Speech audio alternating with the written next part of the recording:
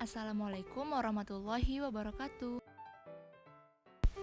Jelaskan keterkaitan antara ekologi dan administrasi. Keterkaitan antara sistem administrasi dengan ekologinya itu sangat erat, di mana sistem administrasi negara itu dipengaruhi oleh segala macam hal yang terjadi di sekelilingnya.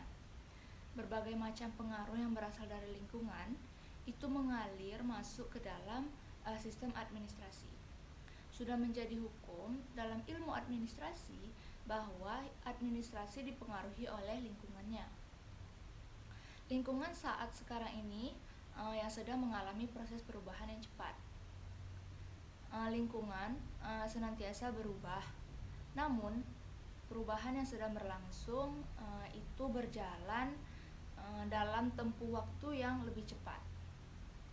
Perubahan ini berlangsung di semua aspek kehidupan, bersifat lintas sektoral dan lintas disiplin.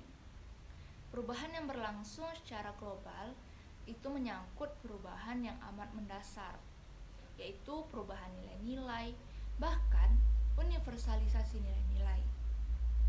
Perubahan nilai masyarakat ini akan mempengaruhi pula terhadap perkembangan administrasi.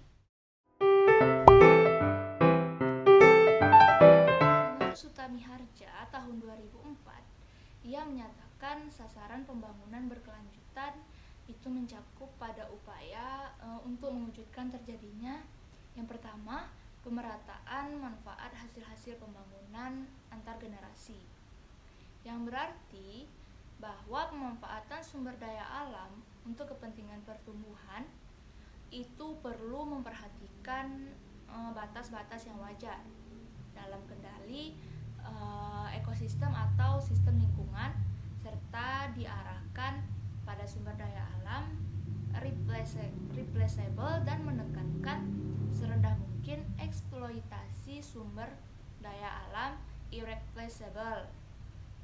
Lalu yang kedua ada safeguarding atau pengamanan terhadap kelestarian sumber daya alam dan lingkungan hidup yang ada dan pencegahan terjadi gangguan ekosistem dalam rangka menjamin kehidupan tetap baik bagi generasi yang akan mendatang.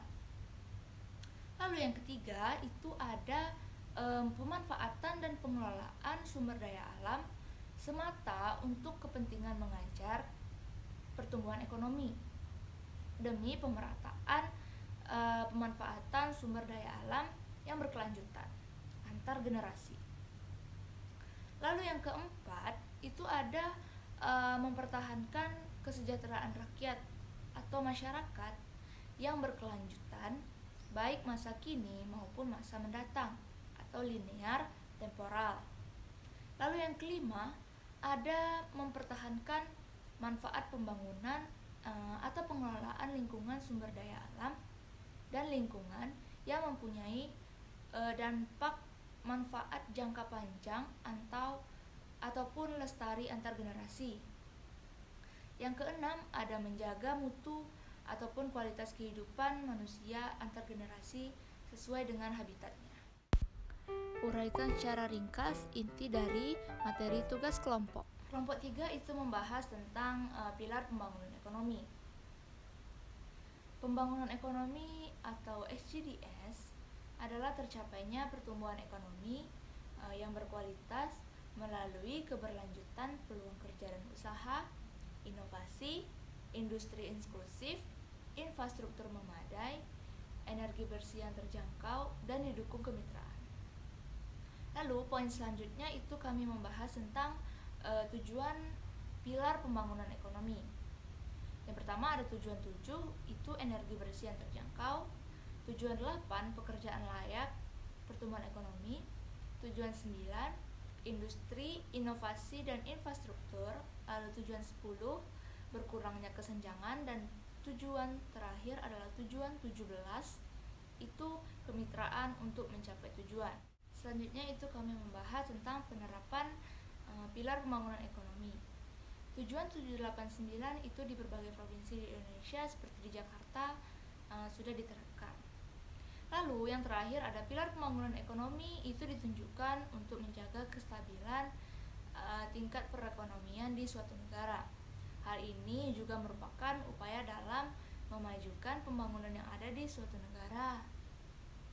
Pemerintah Indonesia telah melakukan upaya-upaya dalam memenuhi tujuan pada pilar pembangunan ekonomi ini.